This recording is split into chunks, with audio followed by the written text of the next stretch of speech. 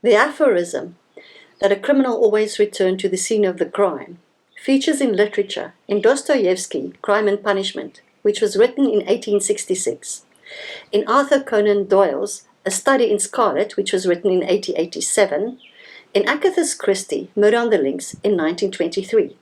So the question is, do serial killers return to the crime scene?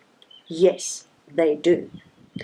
When Robert Ressler, John Douglas, and the FBI colleagues interviewed serial killers in prison, they found many indications that just like other people, serial killers are creatures of habit.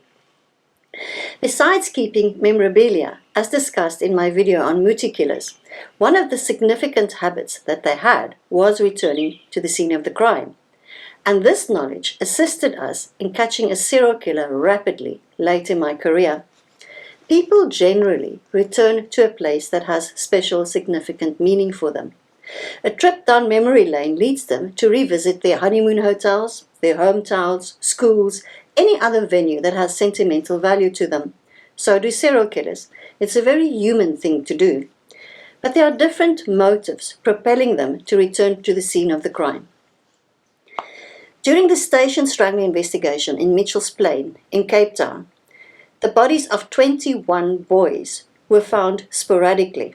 They'd been murdered since 1986. In 1987, being an active year, 7 boys were found, another 2 in 1988, 2 in 1989, followed by a cooling off period, and then a surge starting again in 1992. So in January 1994, the discovery of one body in the dunes led to an organized search of these dunes, which eventually produced 11 bodies in 1 month. Now this led to the forming of the Station Strangler Squad, which was my very first investigation as a profiler.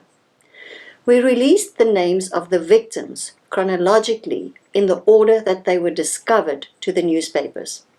After that, we found another body, and in its pocket was a note which read, "Number 14, many more to score." As a profiler, I made the deduction that the Station Strangler was an obsessive-compulsive perfectionist who returned to that particular body to place its correct sequence number of murder in its pocket. But it also indicated to me that he knew exactly where every one of his victims lay in those vast dunes.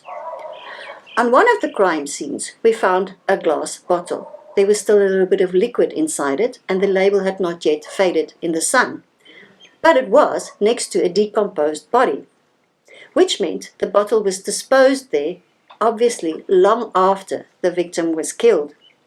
Only the killer would sit drinking next to the body of a child victim, which meant he returned to celebrate.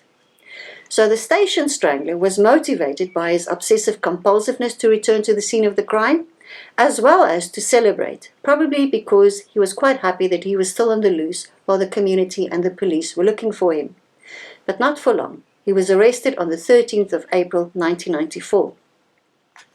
Moses Sitoli, the Attridgeville serial killer, not only dumped his bodies in Attridgeville, but also near Onderstepoort and at the Boksburg prison crime scene where he left 10 bodies.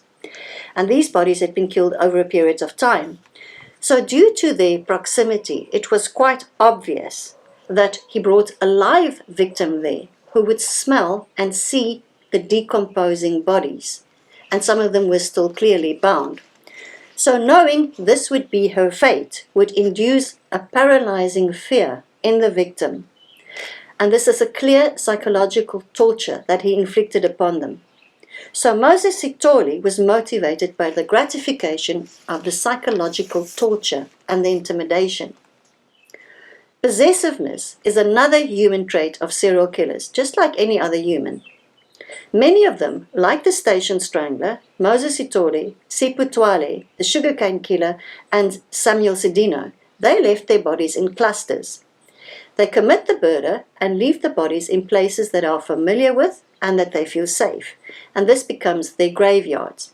And they resent the police scratching around in their graveyards, just as children dislike their parents snooping around in their rooms and their cupboards.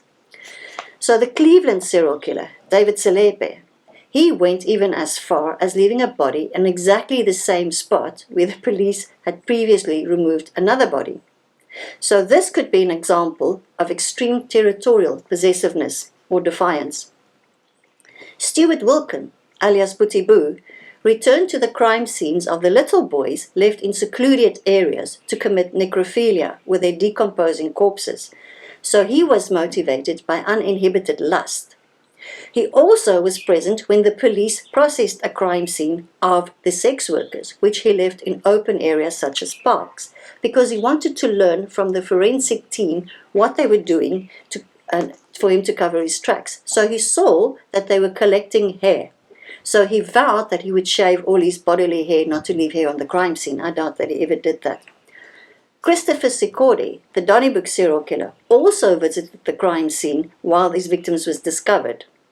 And as a helpful neighbor or bystander, he even helped the mortuary attendants to lift the body stretcher into the mortuary van.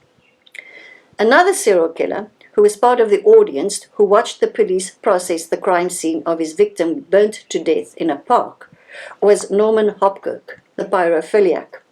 He operated in Bertram's in Johannesburg in 1997.